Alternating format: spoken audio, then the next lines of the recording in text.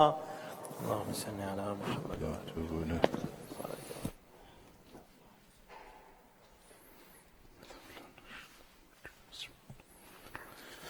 اللهم اجعل قلبي بارا وعملي سارا وعيشي قارا ورزقي دارا وأولادي أبرارا، واجعل لي عند قبر نبيك محمد صلى الله عليه وآله وسلم مستقرا وغرارا برحمتك يا أرحم الراحمين.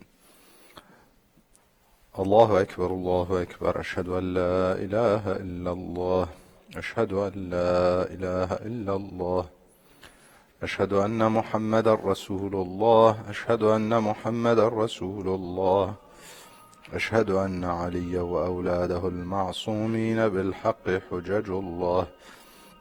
حي على الصلاة حي على الصلاة، حي على الفلاح حي على الفلاح، حي على خير العمل حي على خير العمل. قد قامت الصلاة قد قامت الصلاة. الله أكبر الله أكبر، لا إله إلا الله.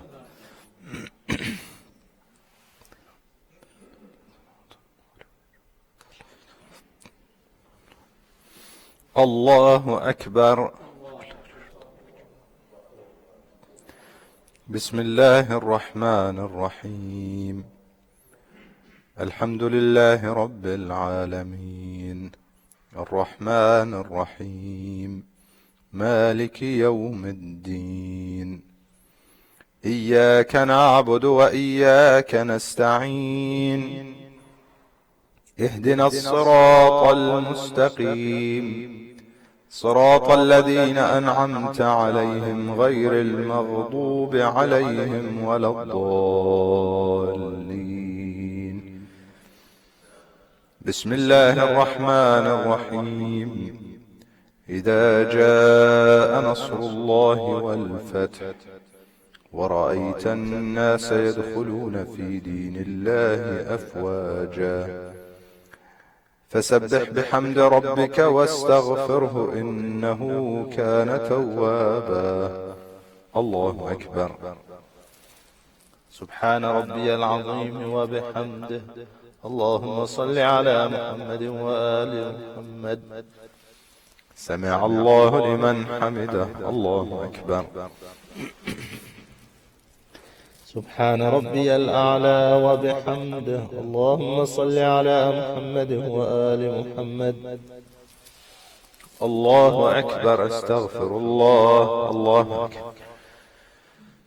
سبحان ربي الأعلى وبحمده. اللهم صل على محمد وآل محمد. الله أكبر بحول الله. بسم الله الرحمن الرحيم. الحمد لله رب العالمين، الرحمن الرحيم، مالك يوم الدين. إياك نعبد وإياك نستعين، اهدنا الصراط المستقيم، صراط الذين أنعمت عليهم غير المغضوب عليهم ولا الضالين. بسم الله الرحمن الرحيم. قل هو الله أحد الله الصمد لم يلد ولم يولد ولم يكن له كفوا أحد. كذلك الله ربي. الله أكبر. اللهم صل على محمد وآل محمد وعجل فرجهم. ربنا اغفر لي ولوالدي وللمؤمنين يوم يقوم الحساب. وصل على محمد وآله الأطياب. الله أكبر. سبحان ربي العظيم وبحمده. اللهم صل على محمد وآل محمد. سمع الله لمن حمده. الله أكبر. سبحان ربي الأعلى وبحمده. اللهم صل على محمد وآل محمد. الله أكبر. استغفر الله. الله أكبر. سبحان ربي الأعلى وبحمده. اللهم صل على محمد وآل محمد. الله أكبر. الحمد لله. أشهد أن لا إله إلا الله وحده لا شريك له، وأشهد أن محمدا عبده ورسوله.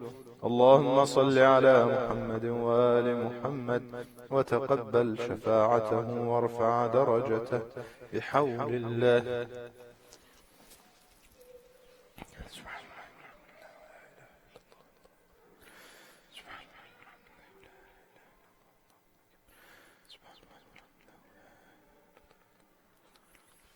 الله أكبر. سبحان ربي العظيم وبحمده. اللهم صل على محمد وآل محمد. سمع الله لمن حمده. الله أكبر. سبحان ربي الأعلى وبحمده. اللهم صل على محمد وآل محمد. الله أكبر. أستغفر الله. الله أكبر. سبحان ربي الأعلى وبحمده. اللهم صل على محمد وآل محمد. يا لطيف ارحم عبدك الضعيف. الله أكبر. بسم الله وبالله الحمد لله كما هو أهله. أشهد أن لا إله إلا الله وحده لا شريك له، وأشهد أن محمدا عبده ورسوله. اللهم صل على محمد وآل محمد. السلام عليك أيها النبي ورحمة الله وبركاته. السلام علينا وعلى عباد الله الصالحين. السلام عليكم ورحمة الله وبركاته. الله أكبر. الله أكبر. الله أكبر. الله أكبر.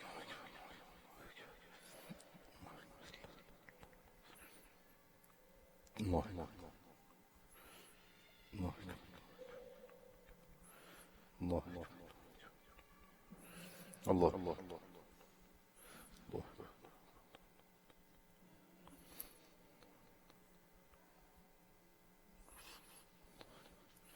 الحل.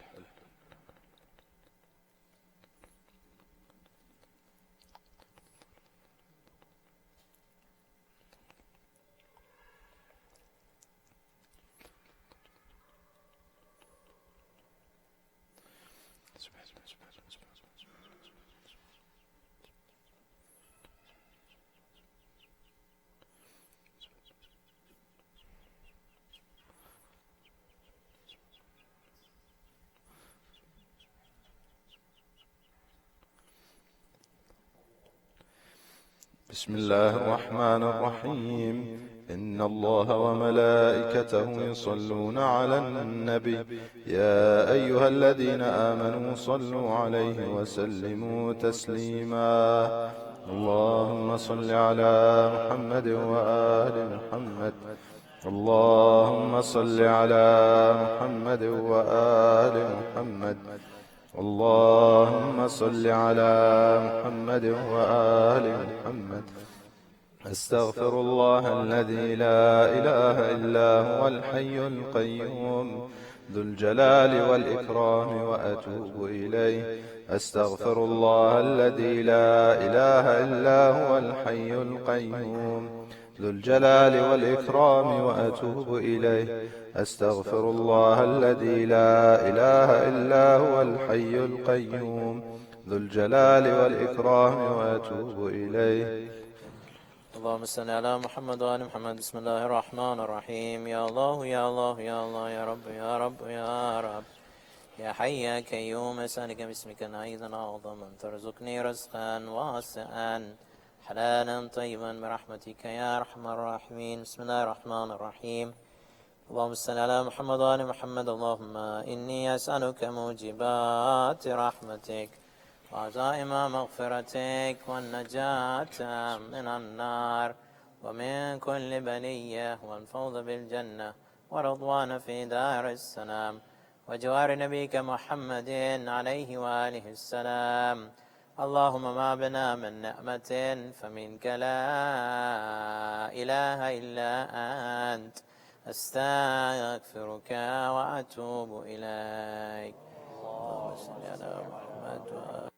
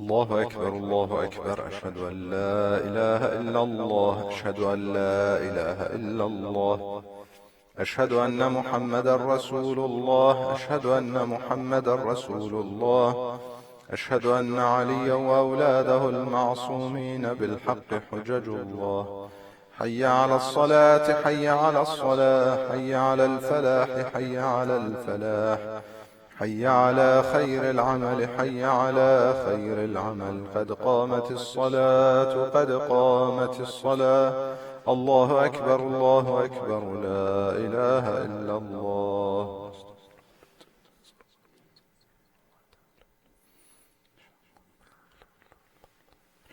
الله أكبر. بسم الله الرحمن الرحيم الحمد لله رب العالمين الرحمن الرحيم مالك يوم الدين إياك نعبد وإياك نستعين اهدنا الصراط المستقيم صراط الذين أنعمت عليهم غير المغضوب عليهم ولا الضالين. بسم الله الرحمن الرحيم إنا أنزلناه في ليلة القدر وما أدراك ما ليلة القدر ليلة القدر خير من 1000 شهر تنزل الملائكة والروح فيها بإذن ربهم من كل أمر سلام هي حتى مطلع الفجر. الله أكبر. سبحان ربي العظيم وبحمده. اللهم صل على محمد وآل محمد. سمع الله لمن حمده. الله أكبر. سبحان ربي الأعلى وبحمده. اللهم صل على محمد وآل محمد. الله أكبر. استغفر الله. الله أكبر. سبحان ربي الأعلى وبحمده. اللهم صل على محمد وآل محمد. الله أكبر. بحول الله. بسم الله الرحمن الرحيم الحمد لله رب العالمين الرحمن الرحيم مالك يوم الدين إياك نعبد وإياك نستعين اهدنا الصراط المستقيم صراط الذين أنعمت عليهم غير المغضوب عليهم ولا الضالين. بسم الله الرحمن الرحيم قل هو الله أحد الله الصمد لم يلد ولم يولد ولم يكن له كفوا أحد كذلك الله ربي. الله أكبر. اللهم صل على محمد وآل محمد وعجل فرجهم. ربنا أفرغ علينا صبرا وثبت أقدامنا وانصرنا على القوم الكافرين وصل على محمد وآله الطاهرين. الله أكبر. سبحان ربي العظيم وبحمده. اللهم صل على محمد وآل محمد. سمع الله لمن حمده. الله أكبر. سبحان ربي الأعلى وبحمده. اللهم صل على محمد وآل محمد. الله أكبر. أستغفر الله. الله أكبر. سبحان ربي الأعلى وبحمده. اللهم صل على محمد وآل محمد. الله أكبر. الحمد لله. أشهد أن لا إله إلا الله وحده لا شريك له وأشهد أن محمدا عبده ورسوله. اللهم صل على محمد وآل محمد وتقبل شفاعته وارفع درجته بحول الله.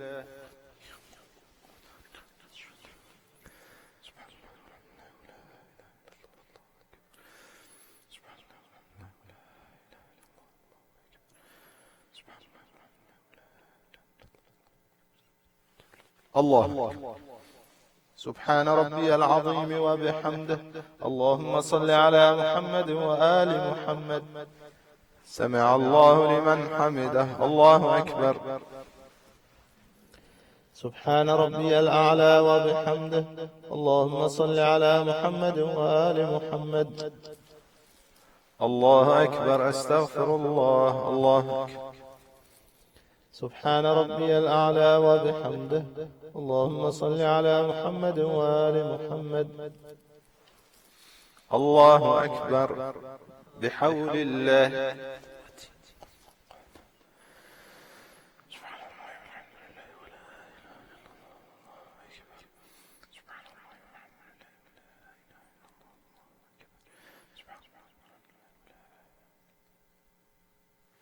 الله.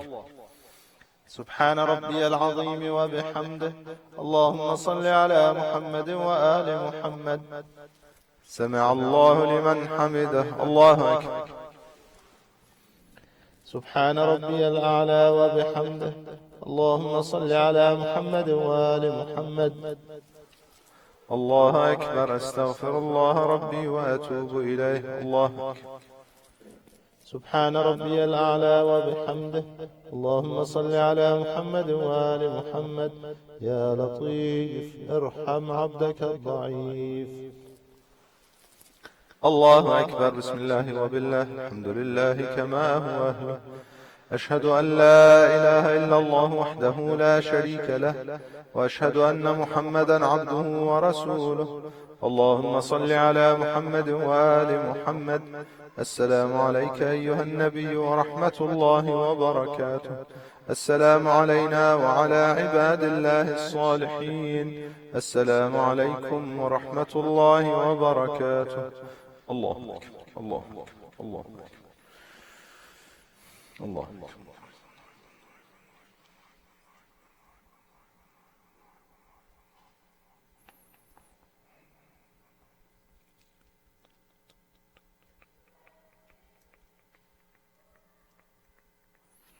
الحمد لله.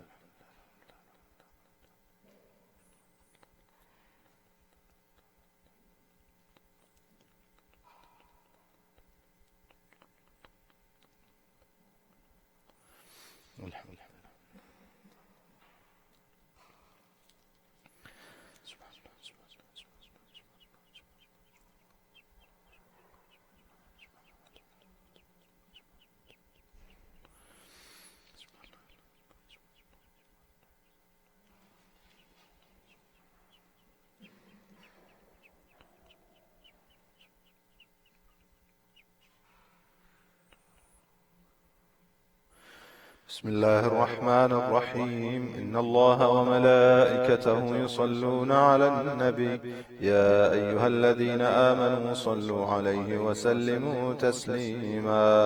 اللهم صل على محمد وآل محمد. اللهم صل على محمد وآل محمد. اللهم صل على محمد وآل محمد. أستغفر الله الذي لا إله إلا هو الحي القيوم ذو الجلال والإكرام وأتوب إليه. أستغفر الله الذي لا إله إلا هو الحي القيوم ذو الجلال والإكرام وأتوب إليه. أستغفر الله الذي لا إله إلا هو الحي القيوم ذو الجلال والإكرام وأتوب إليه. اللهم صل على محمد وآل محمد. بسم الله الرحمن الرحيم. اللهم إنه ليس لي علم بموضع رزقي، وإنما أطلبه بخطرات تخطر على قلبي، فأجول في طلبه البلدان، فأنا فيما أنا طالب كالحيران، لا أدري في سهل هو أم في جبل، أم في أرض أم في سماء، أم في بر أم في بحر، وعلى يدي من ومن قبل من، وقد علمت أن علمه عندك وأسبابه بيدك، وأنت الذي تقسمه بلطفك وتسببه برحمتك. اللهم فصل على محمد وآله، واجعل يا رب رزقك لي واسعا، ومطلبه سهلا، ومأخذه كريبا، ولا تعنني بطلب ما لم تقدر لي فيه رزقا، فإنك غني عن عذابي وأنا فقير إلى رحمتك. فصل على محمد وآله وجد على عبدك بفضلك إنك ذو فضل عظيم. اللهم صل على محمد وآل محمد. اللهم صل وسلم وبارك على محمد.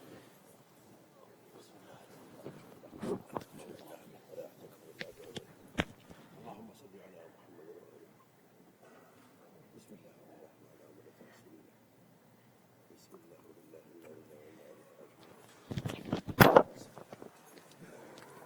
بسم الله الرحمن الرحيم. بسم الله بالله بسم الله الرحمن الرحيم. السلام عليك يا رسول الله، السلام عليك يا أمير المؤمنين، السلام عليك يا فاطمة الزهراء سيدة نساء العالمين، السلام عليك يا حسن المجتبى، السلام عليك يا أبا عبد الله وعلى الأرواح التي حلت بفنائك.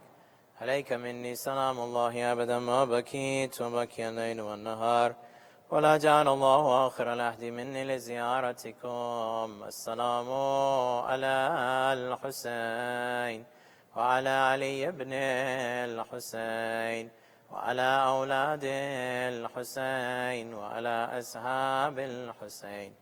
السلام عليك أئمة المسلمين من ذرية الحسين، علي بن الحسين ومحمد بن علي وجعفر بن محمد وموسى بن جعفر وعلي بن موسى ومحمد بن علي وعلي بن محمد والحسن بن علي. السلام عليك إمام صاحب الزمان، أجل الله تعالى فرجك وسخر الله مخرجك وظهورك ورحمة الله وبركاته. بسم الله الرحمن الرحيم. اللهم كن لوليك الحجة بن الحسن صلواتك عليه وعلى آبائه في هذه الساعة وفي كل ساعة وليا وحافظا وقائدا وناصرا ودليلا وأينا، حتى تسكنه أرضك توءا وتمتعه فيها طويلا.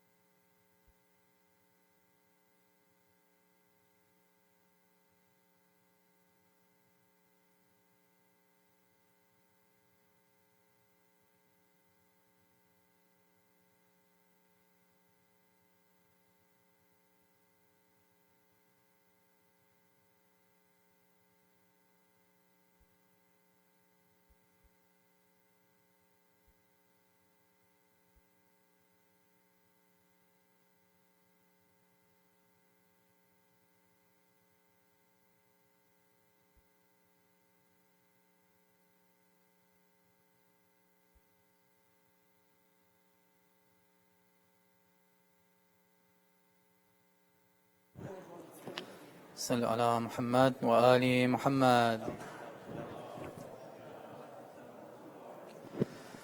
بسم الله الرحمن الرحيم.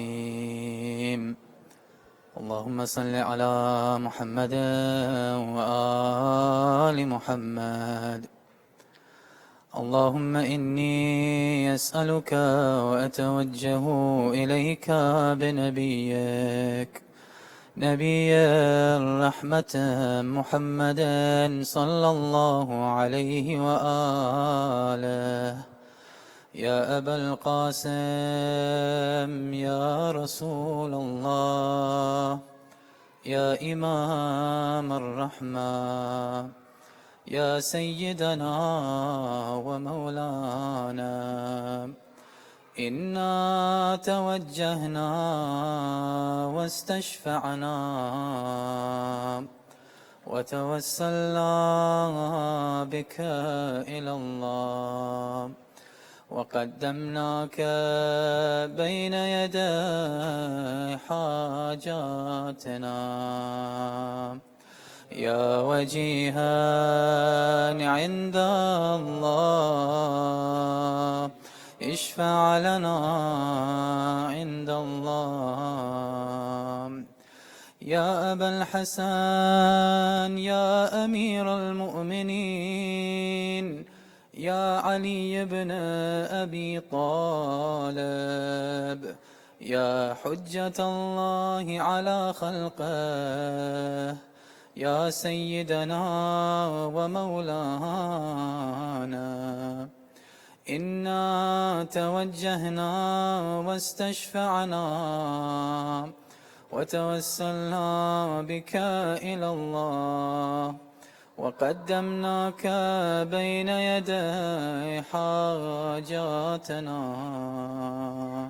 يا وجيها عند الله، اشفع لنا عند الله.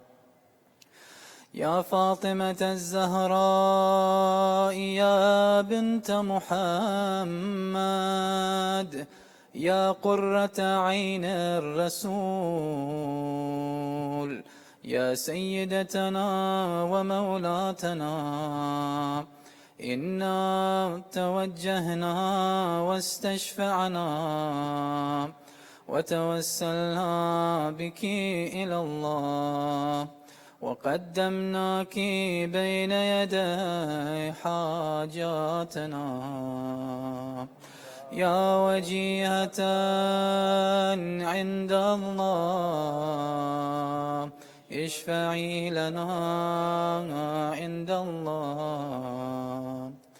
يا أبا محمد يا حسن بن علي، أيها المجتبى يا ابن رسول الله، يا حجة الله على خلقه، يا سيدنا ومولانا، إنا توجهنا واستشفعنا وتوسلنا بك إلى الله، وقدمناك بين يدي حاجاتنا.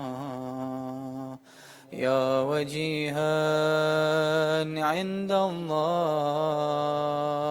اشفع لنا عند الله. يا أبا عبد الله يا حسين بن علي، أيها الشهيد يا ابن رسول الله، يا حجة الله على خلقه، يا سيدنا ومولانا، إنا توجهنا واستشفعنا وتوسلنا بك إلى الله، وقدمناك بين يدي حاجاتنا. يا وجيها عند الله، اشفع لنا عند الله. يا أبا الحسن يا علي بن الحسين، يا زين العابدين يا ابن رسول الله، يا حجة الله على خلقه، يا سيدنا ومولانا، إنا توجهنا واستشفعنا وتوسلنا بك إلى الله وقدمناك بين يدي حاجاتنا يا وجيها عند الله اشفع لنا عند الله. يا أبا جعفر يا محمد بن علي أيها الباقر يا ابن رسول الله يا حجة الله على خلقه يا سيدنا ومولانا إنا توجهنا واستشفعنا وتوسلنا بك إلى الله وقدمناك بين يدي حاجاتنا يا وجيها عند الله اشفع لنا عند الله. يا أبا عبد الله يا جعفر بن محمد أيها الصادق يا ابن رسول الله يا حجة الله على خلقه يا سيدنا ومولانا إنا توجهنا واستشفعنا وتوسلنا بك إلى الله وقدمناك بين يدي حاجاتنا يا وجيها عند الله اشفع لنا عند الله. يا أبا الحسن يا موسى بن جعفر أيها الكاظم يا ابن رسول الله يا حجة الله على خلقه يا سيدنا ومولانا إنا توجهنا واستشفعنا وتوسلنا بك إلى الله وقدمناك بين يدي حاجاتنا يا وجيها عند الله اشفع لنا عند الله.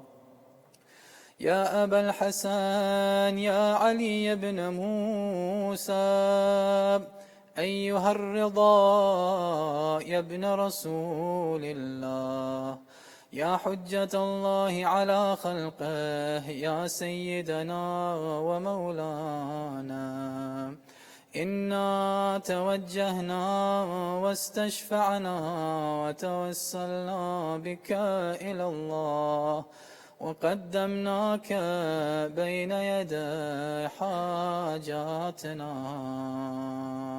يا وجيها عند الله اشفع لنا عند الله.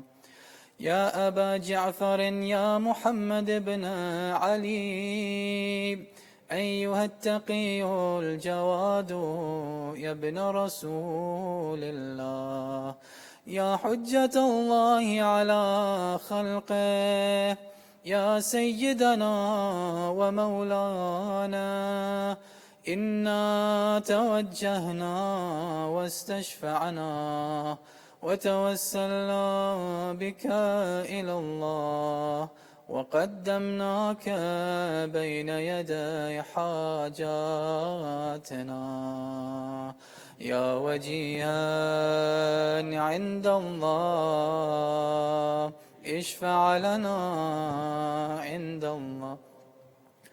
يا أبا الحسن يا علي بن محمد أيها الهادي النقي يا ابن رسول الله يا حجة الله على خلقه يا سيدنا ومولانا إنا توجهنا واستشفعنا وتوسلنا بك إلى الله وقدمناك بين يدي حاجاتنا يا وجيها عند الله اشفع لنا يا أبا محمد يا حسن بن علي أيها الزكي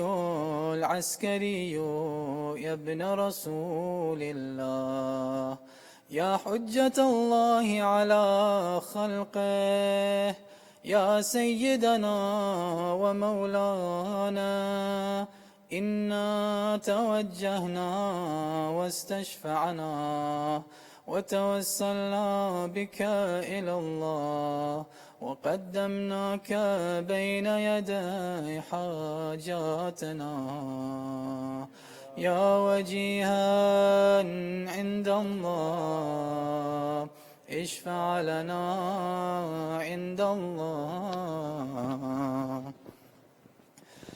يا وصي الحسن والخلف الحجاب أيها القائم المنتظر المهدي يا ابن رسول الله يا حجة الله على خلقه يا سيدنا ومولانا إنا توجهنا واستشفعنا وتوسلنا بك إلى الله وقدمناك بين يدي حاجاتنا يا وجيها عند الله اشفع لنا عند الله يا وجيها عند الله اشفع لنا عند الله حاجات اشفع لنا عند الله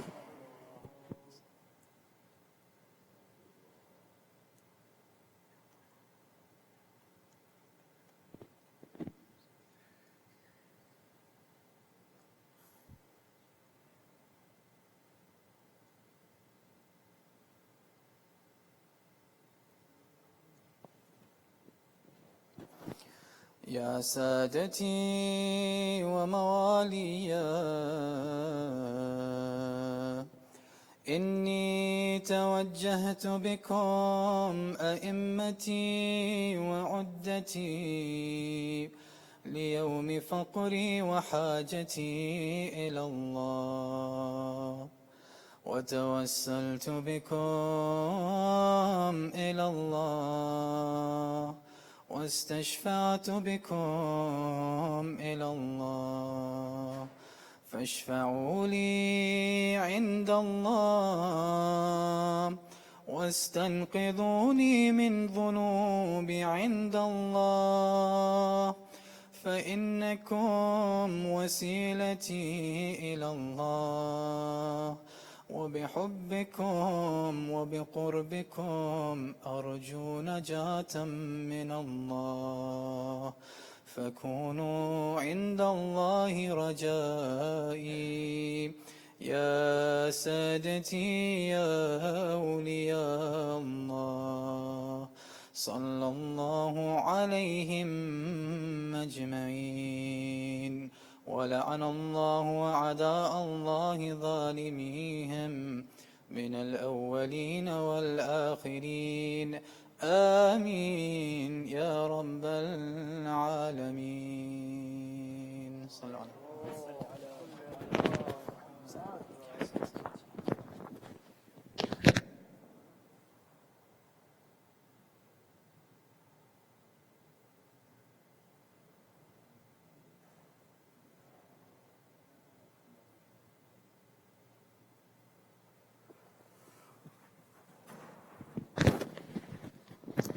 برائے خوشنودی بآواز بلند تر صلوات.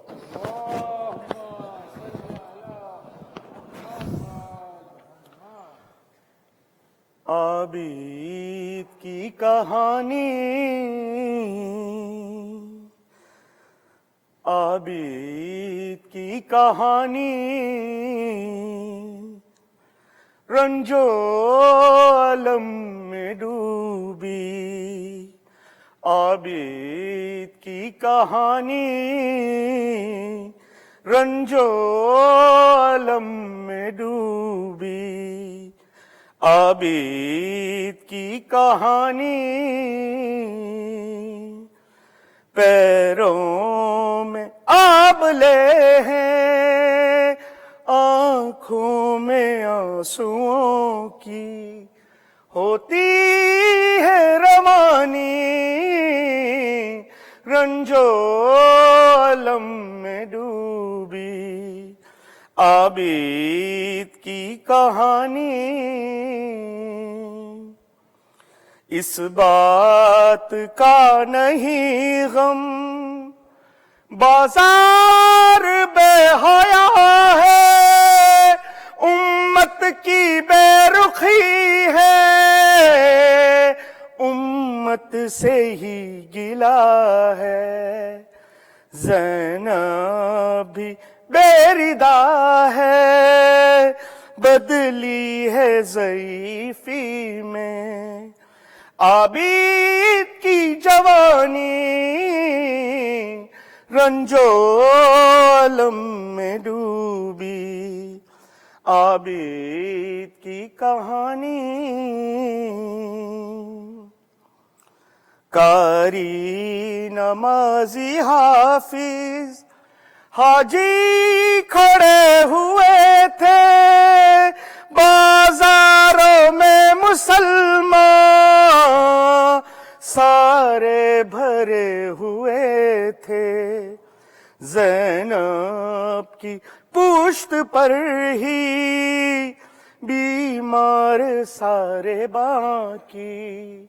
گزری ہے جوانی، رنجو علم میں ڈوبی. عابد کی کہانی،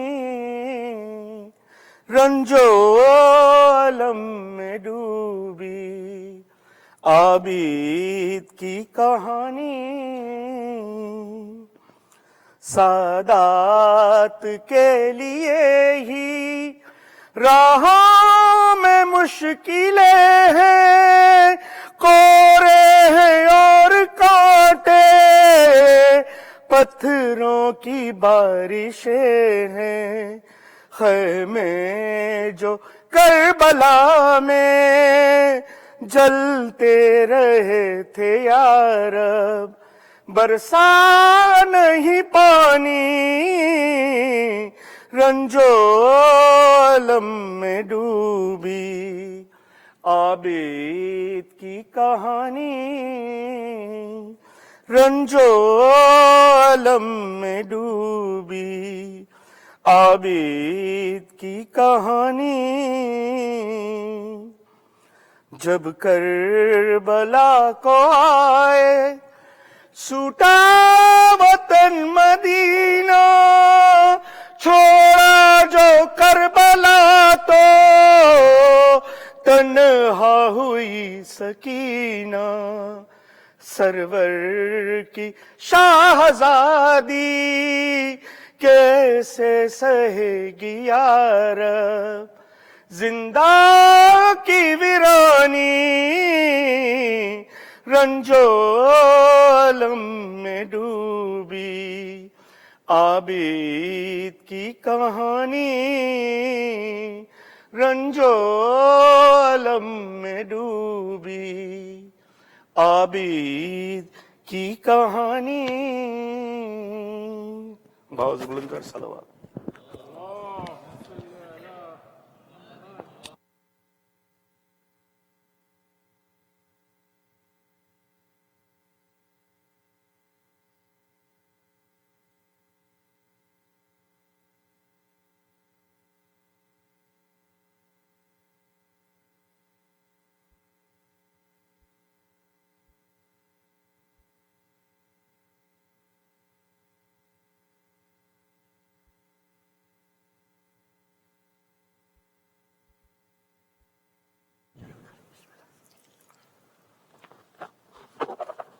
پر محمد و آل محمد صلوات.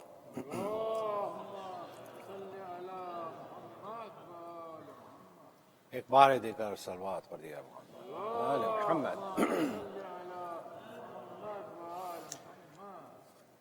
یہ سوچتا ہوں کہ عابد کا حال کیا ہوگا. یہ سوچتا ہوں کہ عابد کا حال کیا ہوگا. اسیر ہو کہ وہ جب شام میں گیا ہوگا. یہ سوچتا ہوں.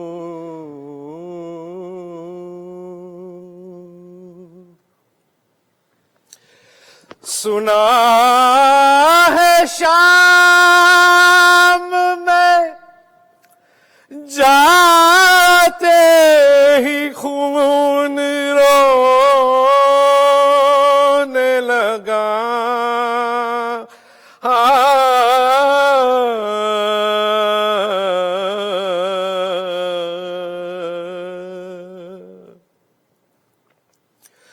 سنا ہے شام میں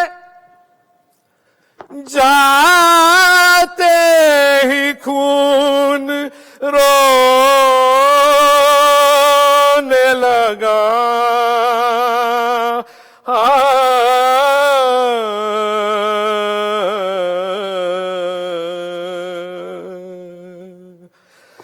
نہ جانے شمر نے اس وقت کیا کہا ہوگا. نہ جانے شمر نے اس وقت کیا کہا ہوگا. یہ سوچتا ہوں.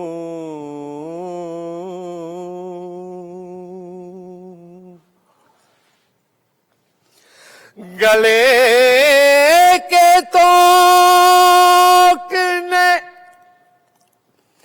عابد کو کیا جھکانا تھا.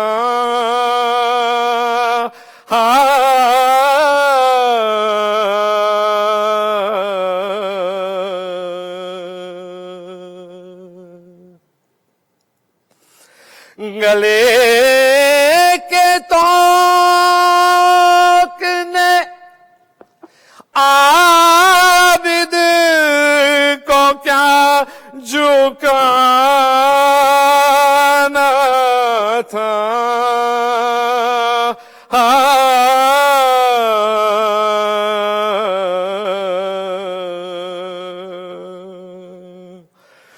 وہ اپنے کھوئے ہوئے لال ڈھونڈتا ہوگا. وہ اپنے کھوئے ہوئے لال ڈھونڈتا ہوگا. یہ سوچتا ہوں.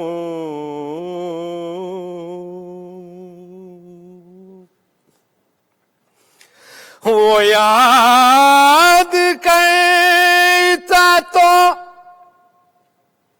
ہوگا وطن کی شاہی کو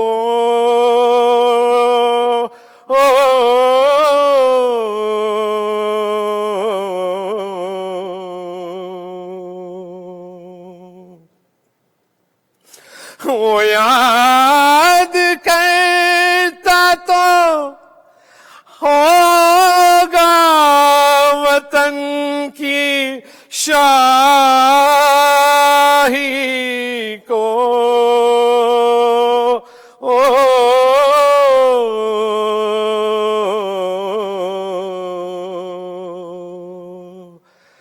بہن کو دفن جو پردیس میں کیا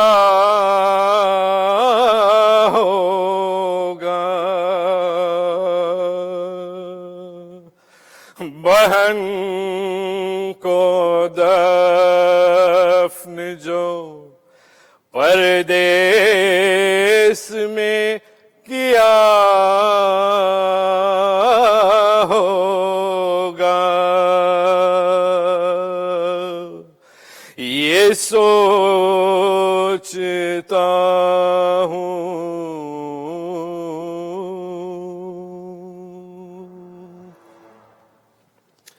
وہ ظلم دیکھے ہیں سجاد نے حسین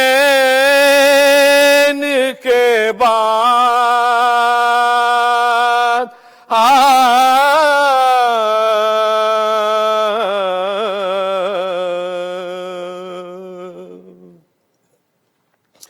وہ ظلم دیکھ ہے سجاد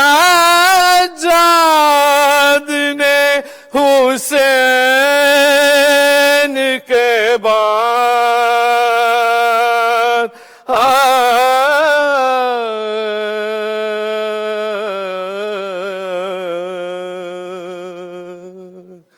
مجھے یقین ہے کہ اب تک بھی رو رہا ہوگا مجھے یقین ہے کہ اب تک بھی رو رہا ہوگا یہ سوچتا ہوں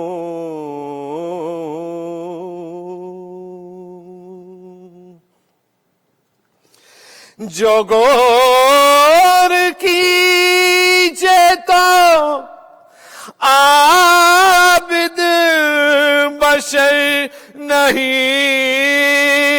لگتا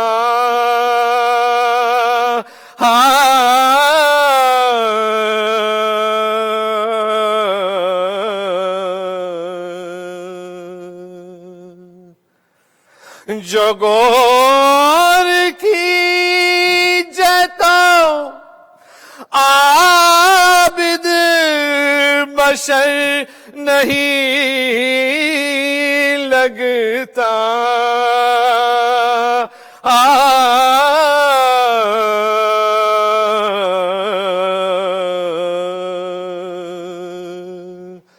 میرے خیال میں دکھ درد کا خدا ہوگا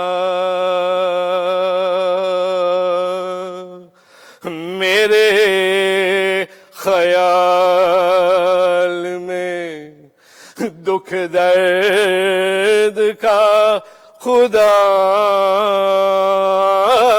ہوگا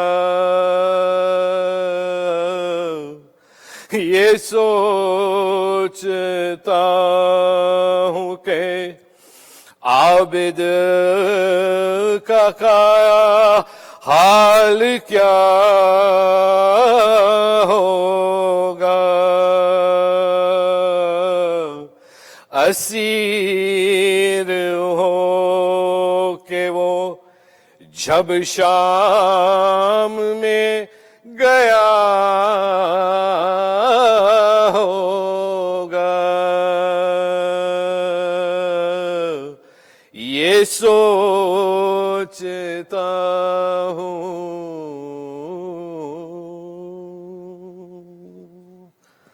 सलवात पर मोहम्मद व आले Mohammad.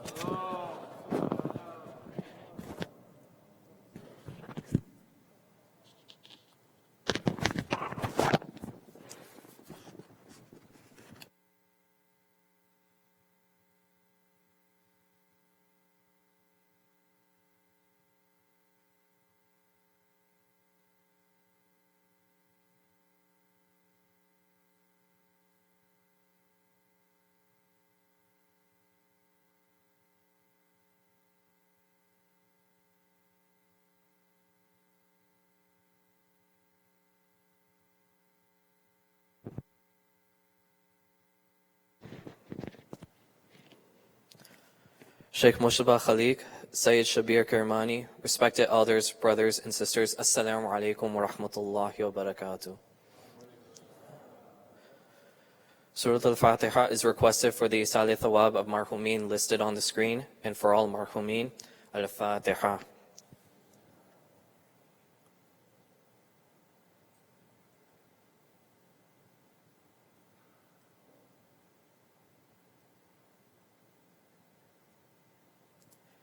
Ayah Amma Yujibu is requested for the name listed on the screen and for all those in need here and elsewhere. Bismillahir Rahmanir Rahim.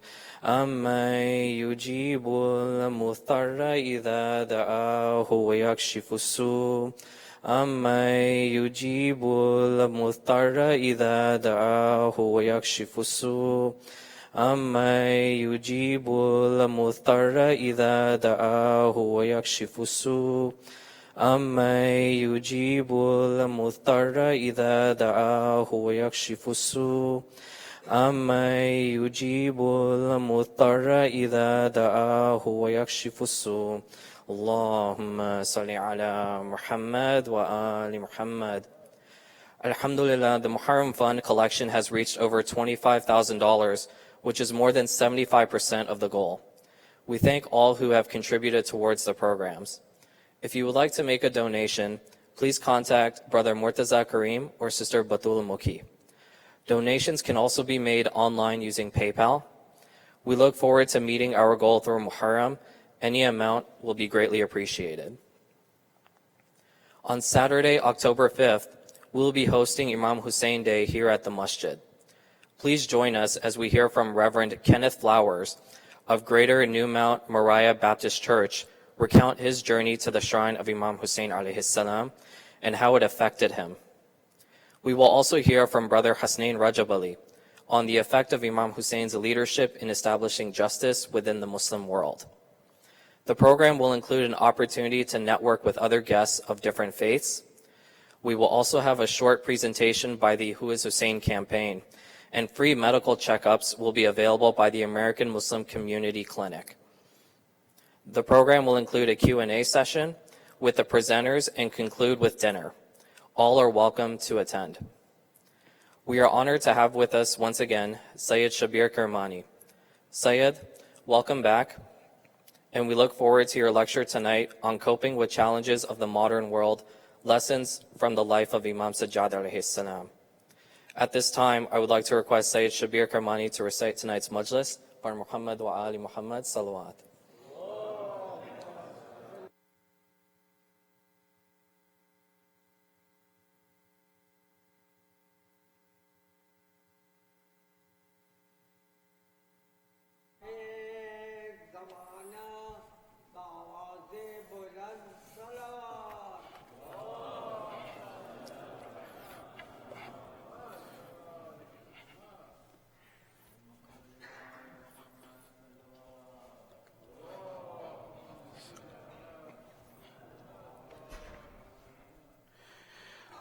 رحم الله من قرأ سورة المباركة الفاتحة.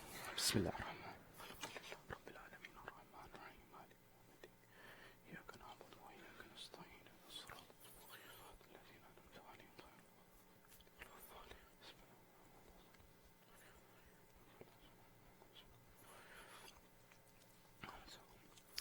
أعوذ بالله من الشيطان اللعين الرجيم. بسم الله الرحمن الرحيم.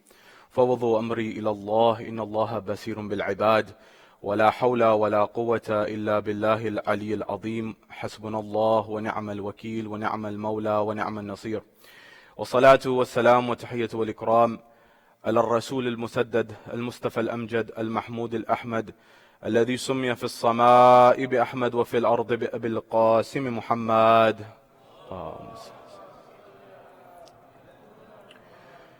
وعلى أهل بيته الطيبين الطاهرين المعصومين المظلومين المنتجبين الذين أذهب الله عنهم الرجس وطهرهم تطهيرا. اللهم صل على وقل رب اشرح لي صدري ويسر لي أمري واحلل عقدة من لساني يفقه قولي. أما بعد، قال الله تبارك وتعالى في كتاب الكريم: بسم الله الرحمن الرحيم. وعباد الرحمن الذين يمشون على الأرض حونا وإذا خاطبهم الجاهلون قالوا سلاما. صدق الله العلي العظيم. زينوا مجالسكم بالصلوات على محمد وآل محمد. اللهم صل على.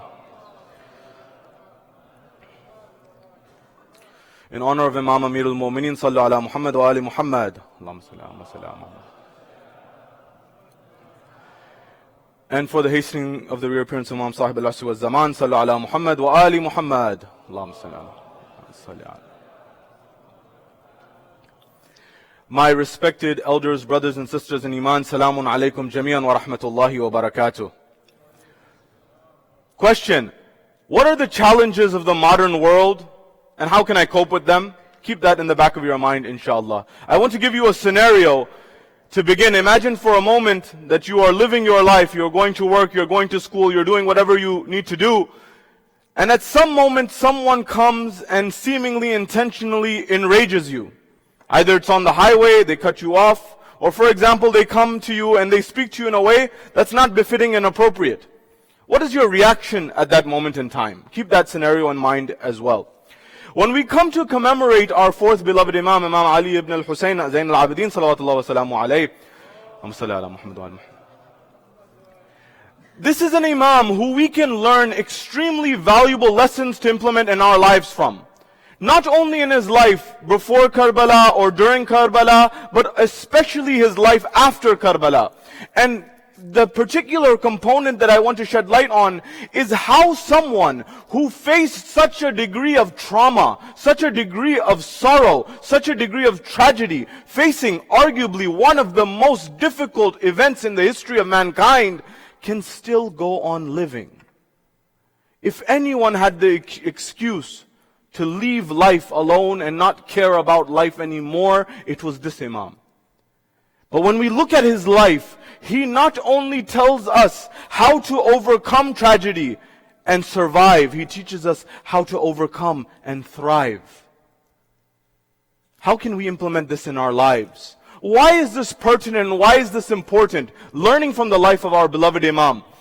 I want to look at what are some of the challenges that we're facing in our modern world, and how can we understand this and relate this to the life of the Imam. What is it that other religions have said about this concept? And how does this relate to Islam's perspective? When we look at the life of the Imam alayhi salam, what traits did he embody that you and I can perhaps embody in our lives and actually get some sukoon or sakina in our life, some peace in our life? And how was it that the Imam alayhi salam, throughout his life, even in the moments of highs and lows, he remembered his father? And what was his moments in the final moments of his life? This is what I hope to cover in the brief moments we have together, inshallah. Sallu ala Muhammad wa ali Muhammad. We're told there's a moment in time after the tragedy of Karbala in the city of Medina where the Imam alayhi salam is walking in the city. When he is walking in the city, there is a man who comes to the Imam and he begins to berate him. He begins to speak to him in an undignified tone. He begins to speak to him in a way that's not befitting of anyone, let alone the Imam. He begins to curse at him, swear at him. The Imam alayhimus salam does not respond to him there. He remains quiet. Everyone there has seen that the Imam apparently has been insulted. At that point in time, we are told the Imam didn't do anything. Later on in the evening, that happened in the day. In the evening, the Imam alayhimus salam went to the man's house with some of his companions. Now imagine you have said something unbefitting to someone, you have used swear language at someone, and this person now comes to you. And he's not alone, he has his friends with him, he has his companions. What would you think? You think this person's coming to take revenge. You think this person is coming to take out what they did to you. They're taking revenge on you. At that point in time, the Imam alayhi salam stood in front of his door and he called out. He called out, he said, "Oh man, if there is any need that you have, if you are hungry, let us know. If you are without clothes, let us know. Whatever you need in this world, we will provide it for you. If I cannot provide it, my companions here will provide it for you." How does an individual who has been through Karbala, has seen all the tragedies, not only that, he has been berated and apparently insulted in front of the people, have this level of consciousness, this level of mindfulness, and this level of courage to come to that same person's house and say, "Is there anything that you need? Can I give it to you?" How does an individual get to this level? Keep this in mind as well. In our modern world, we are facing tremendous challenges. What kind of challenges? I remember I was on the flight back from the UK just a few weeks ago, and I was watching a documentary. It was called One Nation Under Stress by Dr. Sanjay Gupta from CNN. And he was talking about how we as Americans, we may be living in the most prosperous time in history. We may be the wealthiest people in history. In terms of wealth, we seem to have everything. But we don't live in the happiest era in human history. I thought money equals happiness. Now, if you remember my previous lectures, you know that there is a place for wealth, and Islam has an ideology behind wealth. That wealth should be used for the betterment of society, and it has a very important place. But what we're talking about is this level of materialism. How is it that I am seeing incomes increasing, wealth increasing, businesses expanding, jobs increasing, the economy is robust, yet people are sad, suffering from anxiety, suffering from depressions, and they're not happy? In this documentary, he interviews a psychologist. The psychologist wrote a very interesting book after having spent much time, 20 years, studying animals. Zebras, as well as monkeys and apes and the likes, which are not too dissimilar to us. They're very similar in many regards. And he wrote a book called Why Zebras Don't Get Ulcers. All of this will tie in at the end. You'll see the connection, inshallah. Why zebras don't get ulcers. The scientist said that, hold on a second, a zebra who is constantly being chased by a cheetah or a lion or a leopard or a tiger or something of this nature, this animal, the zebra, goes through intense stress. And when you go through stress, what happens to the body is the body adapts. How does the body adapt? The body shuts off everything except that which is essential. Except everything that you need to survive, everything shuts off. But he said a zebra doesn't get an ulcer. Meaning, ulcers are induced by stress many a times. That zebra doesn't get an ulcer. Why? Because the researcher said the zebra is not suffering from chronic stress. We human beings, especially Americans, are suffering from what is called chronic stress, repetitive stress, time and time, over and over again. It's not for 3 minutes like the zebra. The zebra faces stress for 3 minutes, and after that its stress goes away. And it starts living life again happily. But we somehow, despite getting more wealth, despite getting more income, we're getting more and more stressed and anxious, and it's killing us. Furthermore, we're getting more lonely. Research has shown in the last 50 years, twice the number of Americans report being lonely as opposed to 50 years ago. But I thought we had social media. I thought we had television. I thought we had everything to make a community. Why am I feeling lonely? Why do I feel like I'm someone who doesn't have someone to rely on, someone to talk to? You know what sociologists have said about social media is it seems like it's made the people who are very far, very close. And the people who are very close, very far.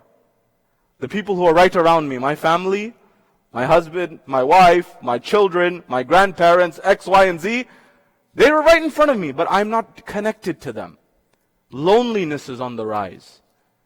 Also, generosity, although it seems like it's something that's so powerful in life, people are not generous. Many people in America report less than 1/5, 1/4 of people in America barely give anything in charity. And 2% give something, but they give less than 2% of their income. The few that do give very little. But I'm going to teach you and tell you how this remedy of generosity can be a miracle in light of what the Imam has said. Our world is leading us to an environment where we're not that very happy. I'll share with you a very interesting allegory that inshallah will help some of these things connect. Sallu ala Muhammad wa ali Muhammad.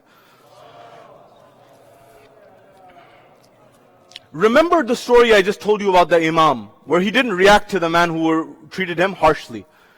Plato, Aflatun, there's been 3 great philosophers that are of the tradition of the Greeks. Socrates, Plato, Aristotle.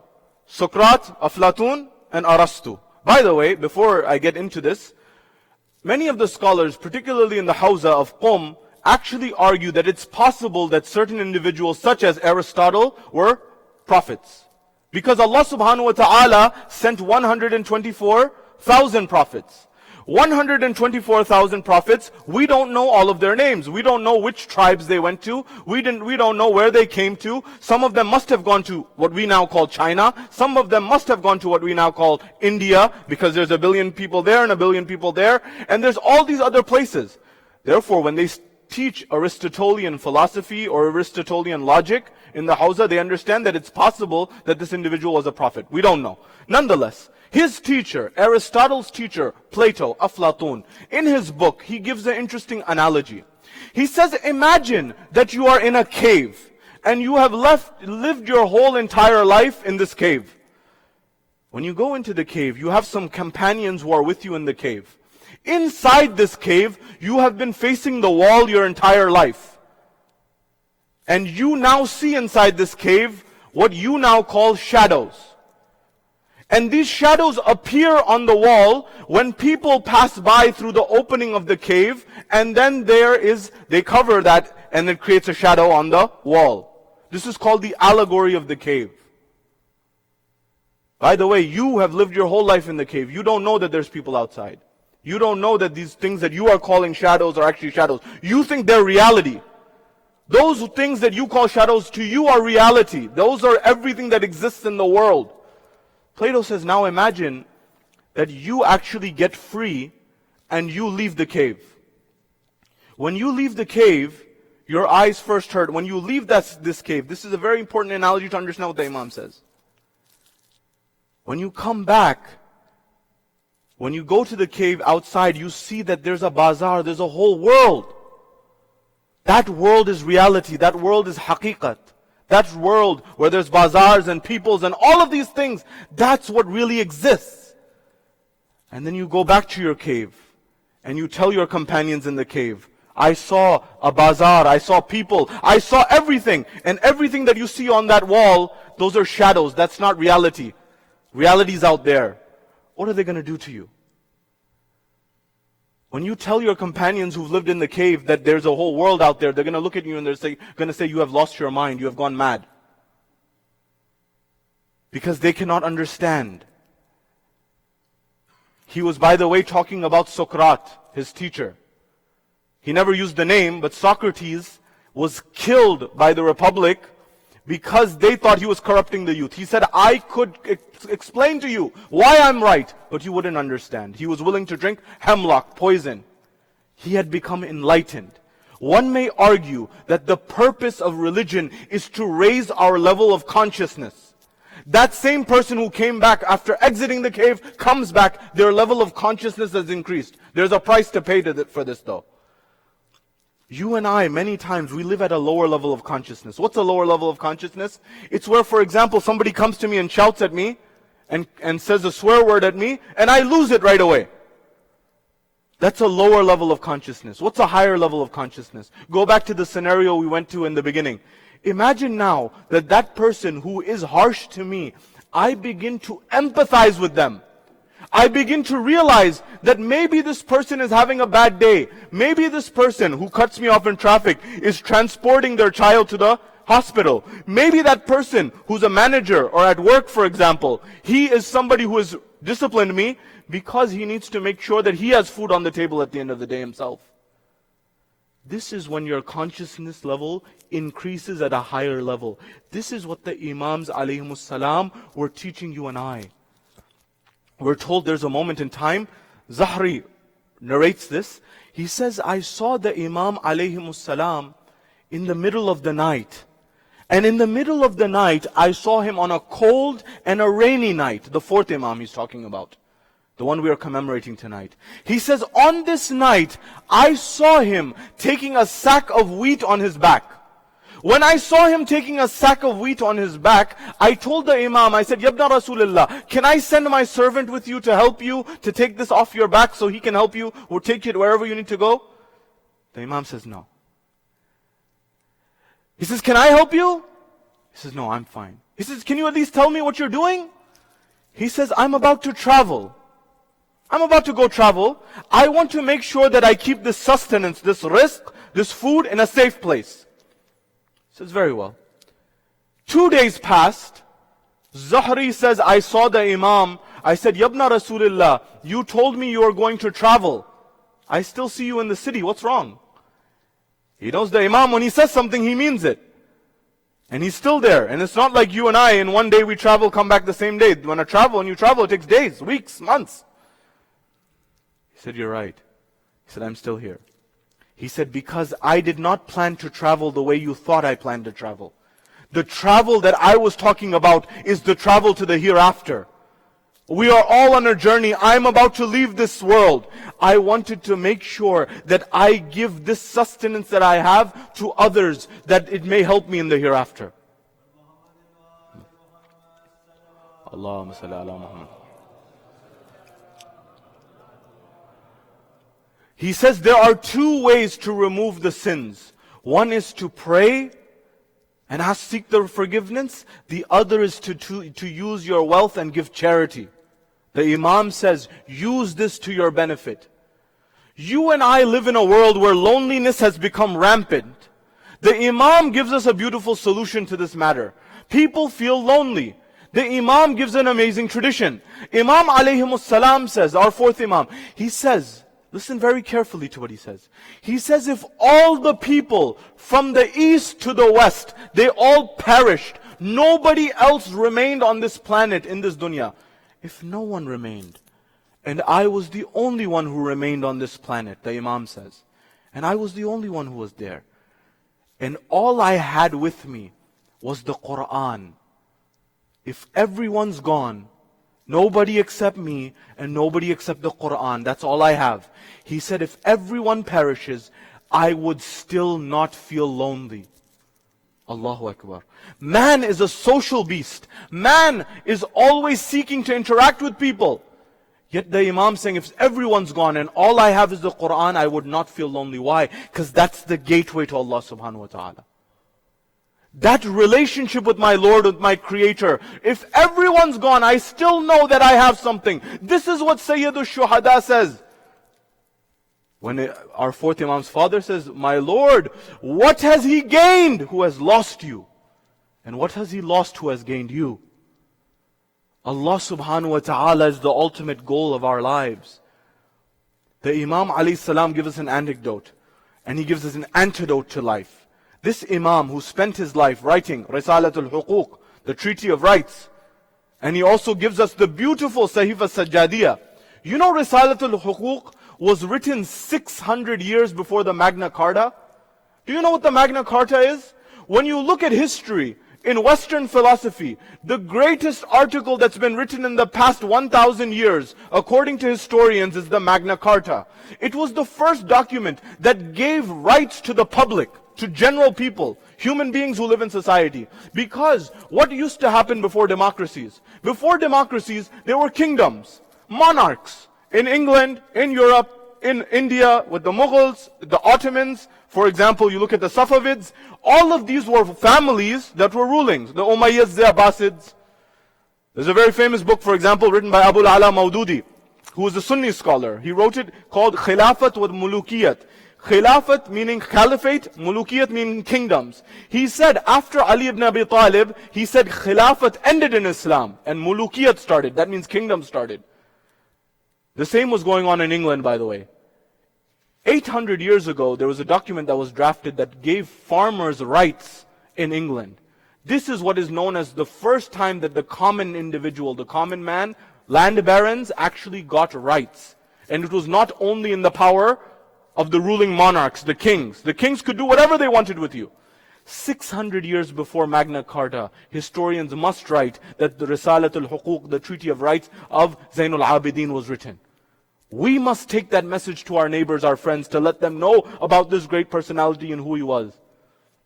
Imam gives us anecdotes. Loneliness, Quran. Develop the relationship with the Quran. The Quran has themes. What are the themes of the Quran? The themes of the Quran are man and God, the relationship of man and God. Man as an individual, man within a society, prophets, guidance. All of these themes, heaven, hell, you and I, when we understand this, we begin to realize that our anxiety, our depression, we're not alone. It's part of the system of the world. Do you know what benefits you can have when you're generous? I'll share some of the data with you. The Imam alayhi salam used to worship at such a high level. They say that the Imam Baqir, the son of our fourth Imam, says that I saw my father praying in the mihrab up until the point that his feet had become inflated with inflammation. They had become swollen. His skin color had become pale. He had become weak. I saw all of this with my own eyes. And I would look at him, and he knew that I was watching him. And what he would do was he would ask for the parchment, the paper of his grandfather. He says, my son, bring that to me. When he brought it to him, he opened it. He opened the book, and he began to look at the ibadah of Ali ibn Abi Talib. And he began to cry, and he began to weep. And he said, who can pray like my grandfather Ali ibn Abi Talib? This was the ma'rifah where the Imam was on, recognizing that I've done nothing yet. There was another moment where he was worshipping so much that they said, we must get someone to help him stop. They called Jabir ibn Abdullah al-Ansari, the companion of the Holy Family, who had seen all the Imams. They said, Jabir ibn Abdullah, can you please help us? Our Imam is praying so much, we think he may lose his life. At that point in time, Jabir came into the masjid. When Jabir came into the masjid, the Imam had just finished 2 units of his prayer. He saw Jabir, he greeted Jabir. They said, Salamu alaykum wa alaykum as-salam. Jabir said, Yabna Rasulillah, you know that Jannah has been made for you. Jannah is for your family.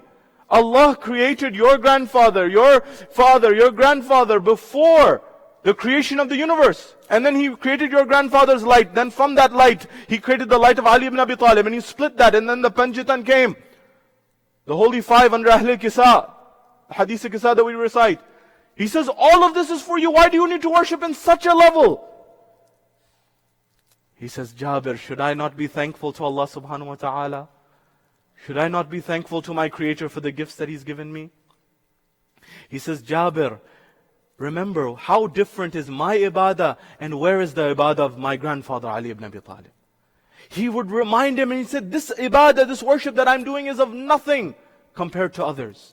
And should I not be thankful to Allah subhanahu wa ta'ala? What benefit will worship give you in this life? Dr. Benson at Harvard Medical University has done extensive study on the benefits of prayer in one's life.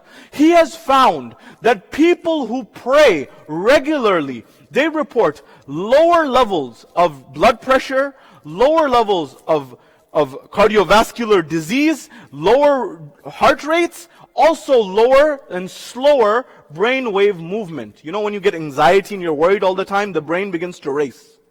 It's racing back and forth, back and forth, back and forth. He says when you pray, it slows down the mind. You know what's even more interesting? He says that 50%, Harvard Medical, Dr. Benson, 50% of doctor visits that happen in America happen because of high blood pressure, depression, and anxiety. If you begin to pray with mindfulness, with cognizance, it will help you not only in this dunya, in the akhirah as well. And not only in the akhirah, but in this dunya as well. 40% of people who report praying on a regular basis say they are healthier in many respects in their life. Furthermore, they had two groups of researchers at the University of Pennsylvania had two groups of subjects in the study. The first group, they said, say a religious spiritual mantra while you are praying. God is great. God is great. God is good. God is good. The second group, they said, say something that's a spiritual mantra that has no religious basis. It's not even spiritual. Just say something, but meditate. They said, grass is green, grass is green, grass is green. They found the first group that said God is great, God is good, on all the biometrics in terms of their heart, their blood pressure, their depression, their anxiety, everything went down. The other group, nothing happened to them. So this idea of, oh, I can just meditate without God, without any purpose, without any reason, you need God in your life. God doesn't need us. We need God. This is the ma'rifah that the Imam was pushing us to.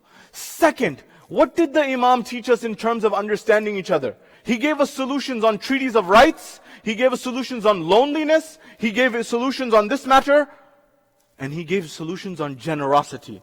If there's something that can help you in your life, it is generosity. We're told there's a moment in time where our fourth Imam, he is on his horse. He is riding by a group of lepers. People who are suffering from leprosy. You know leprosy? That disease that comes to your skin and it becomes contagious. They push the lepers out of town, out of society.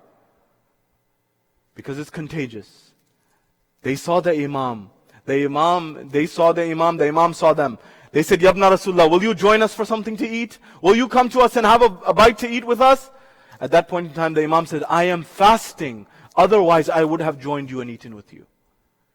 He went home. The Imam went home. When he went home, he told his servants, I want you to cook a meal, not an average meal, cook a good meal. And once you cook that good meal, I want you to invite those lepers who invited me today, invite them to the house. And I will eat with them. Imagine.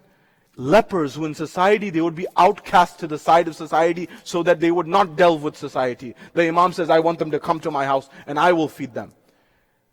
This is a tremendous lesson on how to cope with tragedy, how to cope with adversity, how to cope with trauma in life.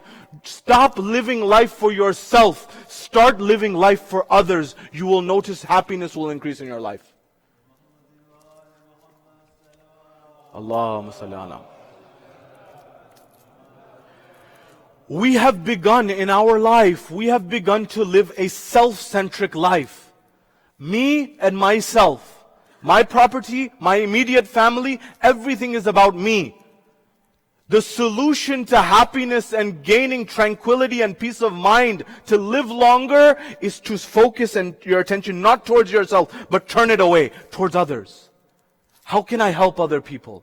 How can I make this world a better place? How can I help society? How can I help the world? You know what the Imam used to do? This is all about the level of consciousness.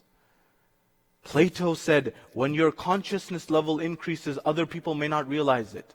For you and I, maybe my consciousness level is low. So I say, how can someone who has been treated disrespectfully, how can that person still act with such patience like the Imam did? The Imam was at the highest level of consciousness. He said, this person is abusing me because he has been brainwashed. He has been misinformed. Banu Umayyah have done their treachery. He says, I know what reality is. You and I must raise our consciousness level. You know what the level of the ma'rif of the Imam was? The Imam would go in the middle of the night, covering his face, and he would go and give money to his near relatives, his first cousins, second cousins, loved ones, family members. Do you know what would happen? In the day when they would ask the Imam, perhaps the Imam would not help them. Apparently, in front of all the people. In the middle of the night he would go, with his face covered, and he would go to the houses. When he would go to the houses, he would help the people. The family members and the cousins would say, may Allah bless you, O man, and have mercy on you. And may Allah not have mercy on Ali ibn al-Hussein. Because when we ask him for help, he doesn't help us. You help us. The Imam would never reveal his personality to them. What level of ma'rifat does one need to be on? Do you know how they found out? When the fourth Imam passed away and left this world, they noticed that the help stopped. And then they realized that was none other than our cousin brother. They would go to his grave and weep that they had not recognized him at that level. You and I, brothers and sisters, life is understanding where we are in terms of our consciousness. This is why Deen has come to you and I, to help us gain our ma'rifah, to raise our level of thinking, to raise our level of understanding of our world. We're told there's a moment in time a man comes to our fourth Imam in Medina and he asks him for water. Allahu Akbar. The Imam looks at him and the Imam gives him water. When the Imam gives him water, he looks at the Imam, he notices who he is. He says, if you knew who I was, you would never give me water. He says, if I knew who you were? He says, I already know and I already understand that you are the same person who killed my brother Ali Akbar. He says, but I must. He says, how are you giving me water? How are you helping me when I'm in need? And I treated you in such a way when you were in need. He says, that was your akhlaq. This is our akhlaq. That is your ethics. This is our ethics. Before we get to musibah, one thing that we must understand about our beloved Imam. We have said this is a bimar Imam. This is a lachar Imam. This is an Imam who has no strength, who has no ability, and he's just weak and he's sick. Yes, there's no doubt. The Imam picked up Imama in one of the most difficult and traumatic circumstances of life.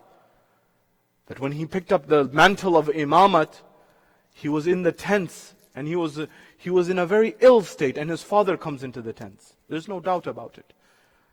But this Imam is extremely courageous. He's extremely powerful. And we must never forget this. The poet says, Aaye hain abhi sham ka दरबार उलट कर आए हैं अभी शाम का दरबार उलट कर अब आबिदे बीमार को बीमार न कहना.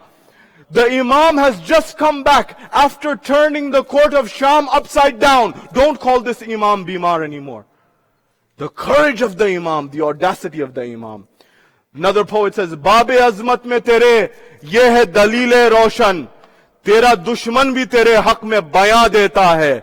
और बौखलाहट तेरे खुतबों के सबब थी सज्जाद, वरना काफिर भी कहीं हुक्म आजाद देता है. The poet says that in your door of your gratitude and your grandeur, this is a clear evidence. In Sham, that have never seen someone who is a disbeliever order for the azan to be recited. This is the power of the Imam. But he was facing a situation, the Imam alayhimus salam, where he had to bring the community together. Because after the shahadat of the third Imam, there were other people who were claiming imamat, for example. There were people who said, we want to fight and revolt. The Imam brought them all together and declared his imamat at the same time. You and I must raise our level of consciousness, our level of ma'rifah, to understand where the Imams were, understand where other people are coming from, and understand that in the thoughts of the Imam are the answers to our lives' problems. Loneliness, develop the relationship with the Quran. Generosity, it will help you here, it will help you there. Develop generosity. By the way, generosity is not just money. People who volunteer their time, they live longer than those who don't. They have a lower mortality rate. Numerous studies have been found on this. Generosity. Make sure you cultivate. Prayer. Prayer is an antidote for the problems of our life. The stress that we're feeling, the difficulties that we're feeling in our lives. All of these are found in the life of the Imam. But this Imam, he gave us another lesson. That when you are really suffering and you are really facing tragedy, never feel afraid to shed tears. Whether in the court of Allah subhanahu wa ta'ala or in memory of your loved ones. This Imam who had seen the tragedy of Karbala, Allahu Akbar. What tragedy had the Imam gone through? What difficulty had the Imam gone through? Do we ever stop and contemplate and think about the difficulty of the Imam alayhimus salam? This Imam who, when his father enters into the tent, he sees his father is riddled with arrows and bleeding. He looks at his father, he says, my father, what has happened to you? He says, Aina ammi Abbas. He says, where is my uncle Abu Fadl al-Abbas? Abbas. He says, where is my brother Aliun al-Akbar? At that moment, Imam al-Hussein alayhi salam, he says, my son, just know this. I can tell you about all of them, but know this. In the men, there is no one left except you and me. They have killed Abu Fadl al-Abbas. They have killed your brother Ali Akbar. Everyone is gone. Ajrukum ala Allah. At that point in time, the Imam alayhi salam, they say that after Karbala, after the tragedy of Karbala, the Imam used to cry. Whenever they used to bring water for the Imam to do wudu, the Imam would see the water and he would begin to cry and he would begin to weep. When he would begin to cry and when he would begin to weep, that water that was from his tears would mix into the water that was for the wudu. That water that was mudaf, it would become mutlaq, it would become mixed, and then he would no longer be able to do wudu with it. They would bring other water so he could do his wudu. This happened again and again. He would say towards Karbala, he would look and he would say, Assalamu alayka ya Aba Abdillah. Ajrukum ala Allah, ajrukum ala Allah. We're told furthermore, as this calamity of the Imam used to hit his heart, they say when he would ever go into the bazaar, when he would go to the shops after Karbala, after Ashura, all the butchers in the market, they would close their store. One day the Imam was going by. He saw one butcher who had not closed his shop. He tried to close his shop in time, but he could not. The Imam got to him.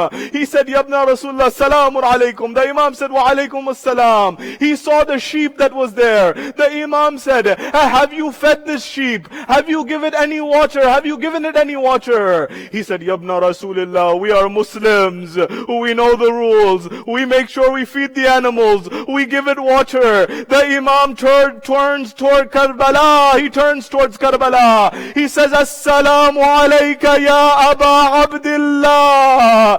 Peace and salutations be on you, my father Aba Abdillah.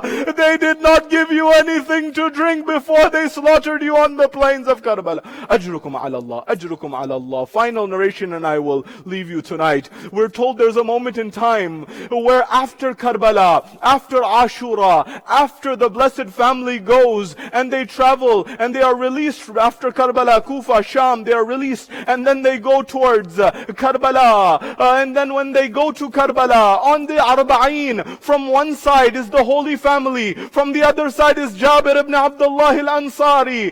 Jabir ibn Abdullah al-Ansari and Imam Sajjad, they meet over the grave of Sayyid al-Shuhada for the first time. It was the first person that Imam Sajjad had seen who had some love for the family, an old friend. They embraced one another. Narrations say they cried so much until they fell. When they got consciousness again, Imam looked at Jabir. He said, Jabir, do you know what broke my heart on the day of Ashura? He said, Yabna Rasulullah, tell me what happened.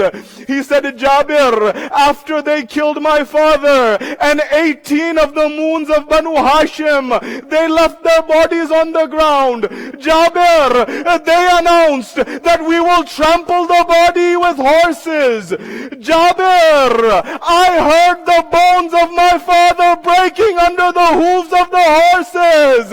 Jabir, I couldn't do anything to help. Jabir, I couldn't do anything to help my father. Do you know what it's like for a son to hear the bones of his father breaking and being unable to help him in any way? Jabir, I couldn't do anything.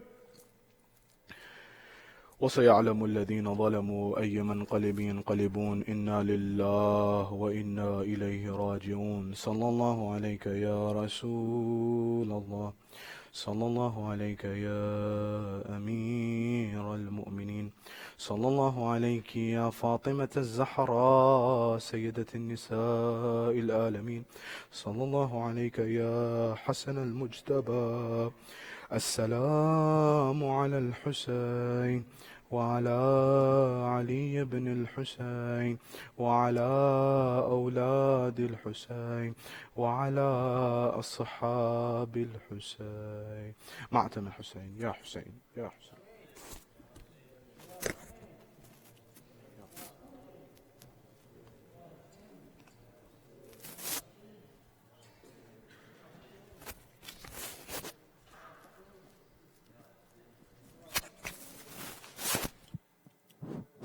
Ya Hussein, Ya Hussein, Ya Hussein, Ya Hussein, Ya Hussein. بیردا زینب ہے بھائی شام کے بازار میں،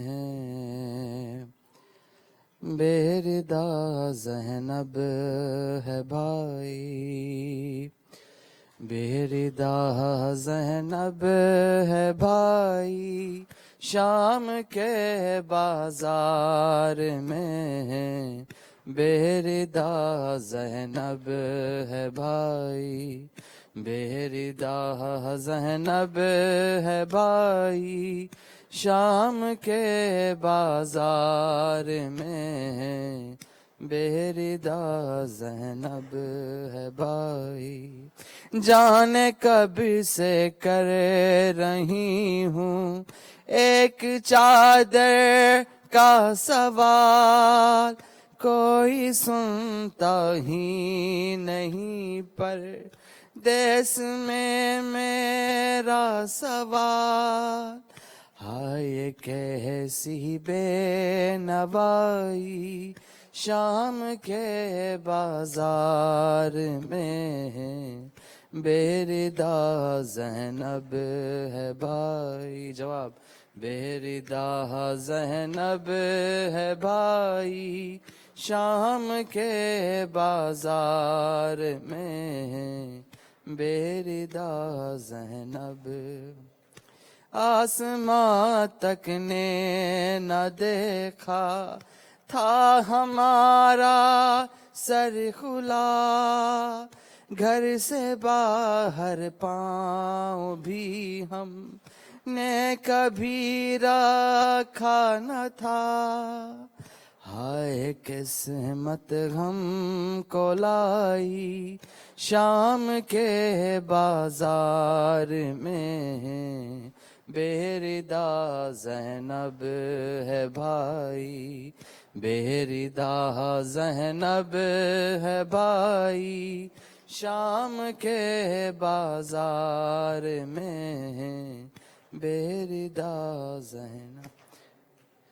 اے خدا ہوتا نہیں کیوں آج یہ سورج گہن، سر کھلے بازار میں آتی ہے غازی کی بہن، کر رہی ہے یہ دہائی شام کے بازار میں، بیردا زینب ہے بھائی، بیردا زینب ہے بھائی شام کے بازار میں، بیردا. ایک لمحہ کے لیے بھی بیٹھنے دیتے نہیں، صبح آئی قید میں نے سے خرے ہے ہم حزین، ہو گئی ہے شام بھائی شام کے بازار میں، بیردا زینب ہے بھائی، بیردا زینب ہے بھائی شام کے بازار میں، بیردا زینب ہے بھائی، بیردا زینب ہے بھائی شام کے بازار میں. اما فضا بتا دے مجھ کو پتھر کیوں آ رہے ہیں، اما فضا بتا دے مجھ کو پتھر کیوں آ رہے ہیں، اما فضا بتا دے مجھ کو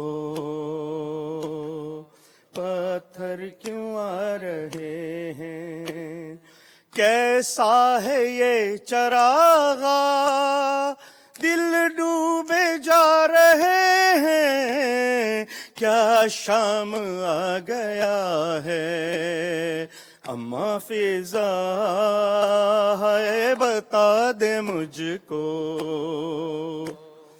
پتھر کیوں آ رہے ہیں ہونے لگی اذانیں کیسے سروں کو ڈھانپے اور بازو بندھے ہوئے ہیں خون رو رہی ہیں آنکھیں آنکھوں کے خون سے رستے خون میں نہا رہے ہیں کیا شام آ گیا ہے اماں فضا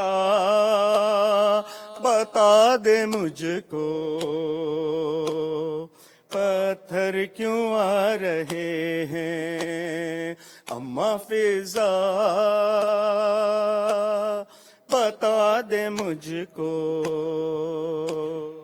پتھر کیوں آ رہے ہیں سجاد کا کلیجا صد پاش ہو رہا ہے ایک ایک زخم ان کا اس غم میں رو رہا ہے زینب کا نام لے کر آدھا بلا رہے ہیں کیا شام آ گیا ہے اماں فضا بتا دے مجھ کو پتھر کیوں آ رہے ہیں اماں فضا بتا دے مجھ کو پتھر کیوں آ رہے ہیں میزے پہ جتنے سر ہے ایک ہی سر ہے ان میں ایسا آنکھ ہے بند اس کی اور خاکی پر ہے گرتا عباس کا یہ سر ہے تیور بتا رہے ہیں کیا شام آ گیا ہے اماں فضا بتا دے مجھ کو پتھر کیوں آ رہے ہیں اماں فضا بتا دے مجھ کو پتھر کیوں آ رہے ہیں اتنا چلے ہیں پیدل کانٹوں پہ سارے قیدی تھک جاتی چلتے چلتے چلتی اگر زمیں بھی پیڑوں کے آبلے بھی پیروں کے آبلے بھی آنسو بہا رہے ہیں کیا شام آ گیا ہے اماں فضا بتا دے مجھ کو پتھر کیوں آ رہے ہیں اماں فضا بتا دے مجھ کو پتھر کیوں آ رہے ہیں لوگ کس طرح کے ہم سے دعا کرائیں اے قیدیو دعا دو یہ دن نہ ہم پہ آئے لے کر دعائیں ہم سے دل بھی دکھا رہے ہیں کیا شام آ گیا ہے اماں فضا بتا دے مجھ کو پتھر کیوں آ رہے ہیں اماں فضا بتا دے مجھ کو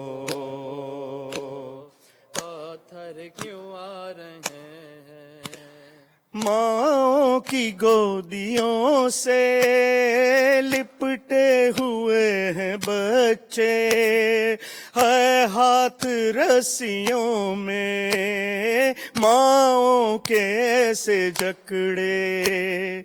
बच्चे जो गिर रहे हैं, बच्चे जो गिर रहे हैं, वो मरते जा रहे हैं। क्या शाम आ गया है।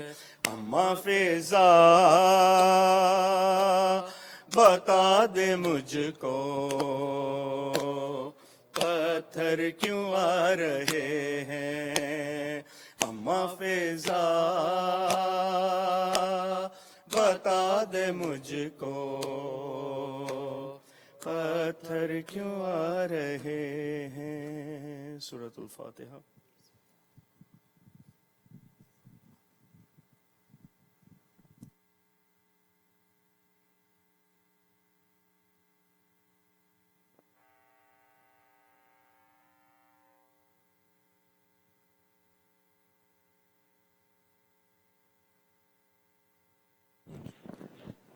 السلام عليك يا رسول الله، السلام عليك يا أمير المؤمنين، السلام عليك يا فاطمة الزهراء سيدتي نساء العالمين، السلام عليك يا أبا محمد الحسن بن علي المجتبى، السلام عليك يا أبا عبد الله، وعلى الأرواح التي حلت بفنائك وناخت برحلك. عليك مني سلام الله أبدا ما بقيت وبقي الليل والنهار، ولا جعله الله آخر لحظة مني لزيارتكم. السلام على الحسين وعلى علي بن الحسين وعلى أولاد الحسين وعلى أصحاب الحسين وعلى أخيك الشهيد أبا الفضل العباس وأختك زينب وبنتك سكينة جميعا ورحمة الله وبركاته. السلام عليكم يا أئمة المسلمين، علي بن الحسين ومحمد بن علي وجعفر بن محمد وموسى بن جعفر وعلي بن موسى ومحمد بن علي وعلي بن محمد والحسن بن علي. السلام عليك يا حجة الله يا ابن الحسن يا صاحب الزمان. السلام عليك يا خليفة الرحمن. السلام عليك يا شريك القرآن. السلام عليك يا إمام الإنس والجان. عجل الله لك ما وعدك من النس وظهور الأمر ورحمة الله وبركاته. اللهم كن لوليك الحجة ابن الحسن صلواتك عليه وعلى آبائه في هذه الساعة وفي كل ساعة وليا وحافظا وقائدا وناصرا ودليلا وعينا حتى تسكنه الزكاة وتمتعه فيها طويلا. اللهم صل على